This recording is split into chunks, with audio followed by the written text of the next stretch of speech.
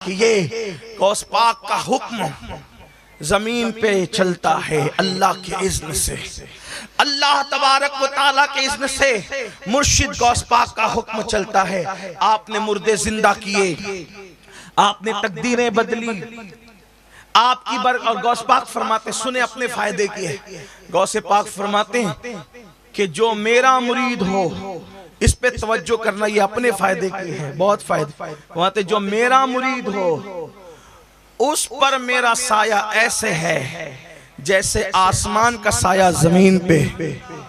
और फरमाते जो मेरा मुरीद है उसको मरने नहीं देता उस वक्त तक जब तक वो तौबा करके अपने गुनाहों से पाक नहीं हो जाता।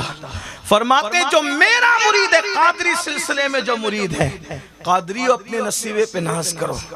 और मैं तो कादरी भी हूँ और चिश्ती, नक्शबंदी, सरवर्दी, रफाई सारी निस्बतें हासिल है, इसलिए कोई गलत मफहूम मत लेना। अभी कादरी जो असल कादरियत है वो पता चलेगी कि कादरी कौन है, लेकिन पहले मुबारक दे दूं कि कादरियों अपने नसीबे पे नाश करो। गौस पाक फरमाते जो मेरा मुरीद है, कादरी है, अगर उसको ठोकर लगती है तो मैं हाथ थाम लेता हूँ, गिरने से बचा लेता हूँ।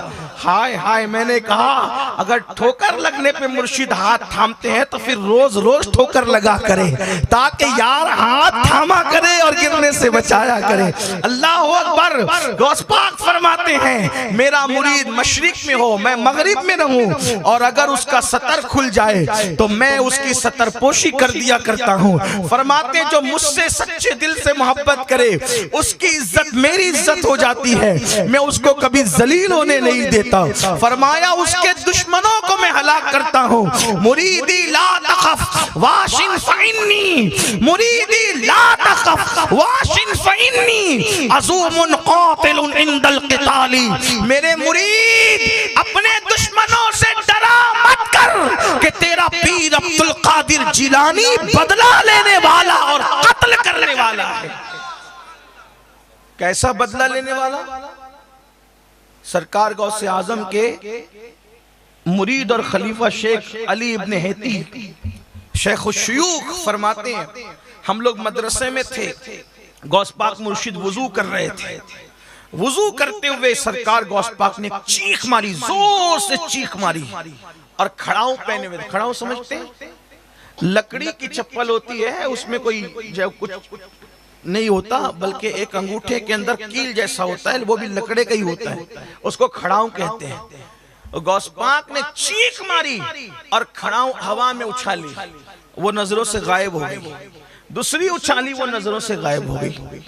हम लोग अब चीख मारी, खड़ाऊ उछाल दी, किसकी हिम्मत थी कि पूछता? वो लोग बड़े अदब वाले लोग थे, आज कल के लोग जैसे नहीं कि पूछ लिया कि क्या कर रहे थे और क्यों कर रहे थे और कैसा क्यों और वैसा, ओ सब ऐसे। वो लोग अदब वाले थे। और याद रखना, इंसान कुछ बने ना बने, अदब वाला बने वो सब कुछ बनता है। पहले लोगों को अदब चाहिए। तो बहरहाल, मगर वो कहते हैं कि हमने दिन और तारीख याद रखा। 3 दिन के बाद ठीक एक काफिला आया, उनके हाथ में वो खड़ाऊ थी। हमने सोचा ये इनके हाथ में कैसे, तो मुर्शिद की खड़ाऊ है। तो उन लोगों ने नजर पेश की, तोहफे ताहिफ दिए। जब दे चुके तो हमने उनको कहा ये खड़ाऊ कहाँ मिले तुम्हें? तो कहा कि हम लोग जंगल में फंसे थे और डाकू लोग हम पे हमला करने के लिए आए। डाकू लोग हमला करने के लिए आए। अब जब फंस गए, कोई जो वो रास्ता नहीं बचा, तो हमने पुकारा मुर्शिद गौस पाक को, या गौस अल मदद। हाँ, जिनको ये नारा शिर्क लगता है, यह पुलिस अल मदद का नारा उन्हें कभी शिर्क नहीं लगा, लेकिन उनको या गौस अल मदद का नारा अब तक बेचारे सीख ही नहीं सके कि इस्लाम क्या है और शिर्क क्या है। अभी तक दुनिया चांद पे जाके आ चुकी और अभी ये इसी में उलझे हुए हैं। जिस कौम के तौहीद का मियार इतना कमजोर हो कि अभी तक वो ईमान और शिर्क की बातें समझ न सके, दाढ़ियां सफेद हो गई, बुढ़े हो गए, कुछ मर गए, लेकिन अभी तक तक़वियतुल ईमान से लेके हिफ्जुल ईमान तक उसी चक्कर में उलझे हुए हैं कि ईमान क्या है, शिर्क क्या है। नादानो, जरा अकीदे की बातें समझो और सुनो। जब तक किसी साहिबे तौहीद की सोबत नसीब न हो उस वक्त तक के तौहीद की मै की लज्जत तुम्हें नसीब नहीं हो सकती। हाँ, वरना बात तो सिर्फ बात थी। लोगों ने तो तावीज को भी शिर्क कह दिया, लोगों ने तो मज़ारात पे जाने को भी शिर्क कह दिया। उनसे कहीं कैसे है शिर्क वो तो बताओ। लोगों ने तो सेहरा बांधने को भी शिर्क कितना सस्ता किया कि सेहरा बांधने को भी शिर्क, यानी अपने सिवा किसी को मुसलमान रहने ही ना दिया जाए।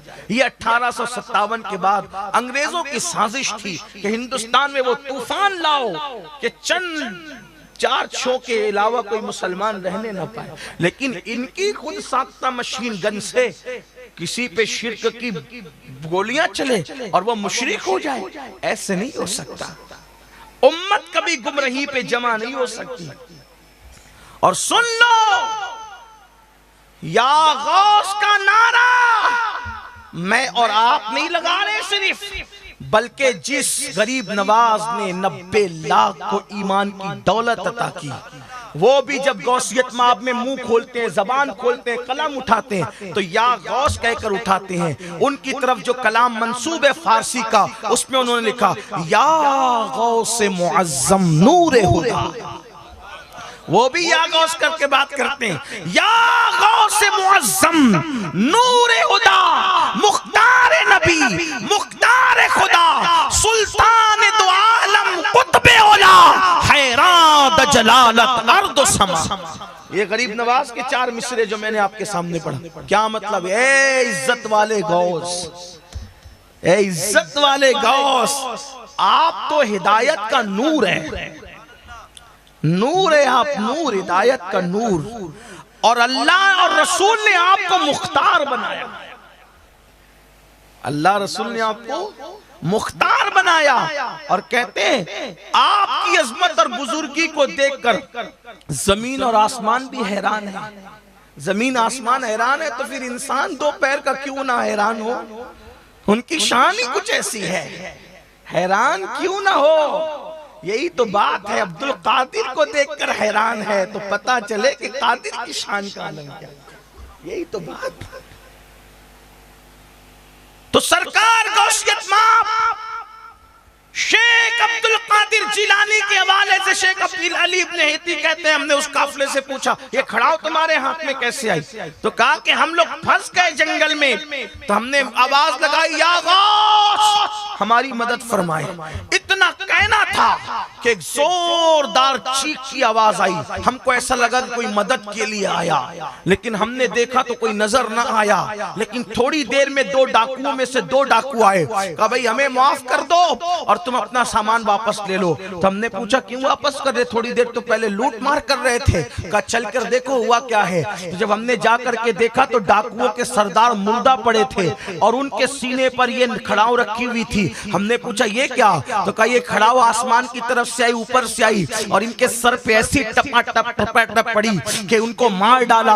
अल्लाह अकबर। इसलिए हम कहते हैं कि अपना सामान वापस ले जाओ। तब हम वो खड़ाऊ ने हमने उन खड़ाऊ को पहचाना और वो खड़ाऊ लेकर के और तोहफा लेकर के आए। तब शेख अली इब्न हेती कहते हैं हमें पता चला कि यहाँ वुजू करते करते किसी की इमदाद हो रही थी, यहाँ वुजू करते करते किसी की मदद हो रही थी। आप कहेंगे कैसे हो रही थी? तो खुद फरमाते हैं नजर तो इला बिलादिल्लाहि जमा, मैं अल्लाह के शहरों को ऐसे देखता हूँ जैसे तुम हथेली पे राई का दाना देखते हो। और कहते हैं अल्लाह अकबर कि अल्लाह के शहर मेरी हुकूमत में मेरे अल्लाह ने दे दिए।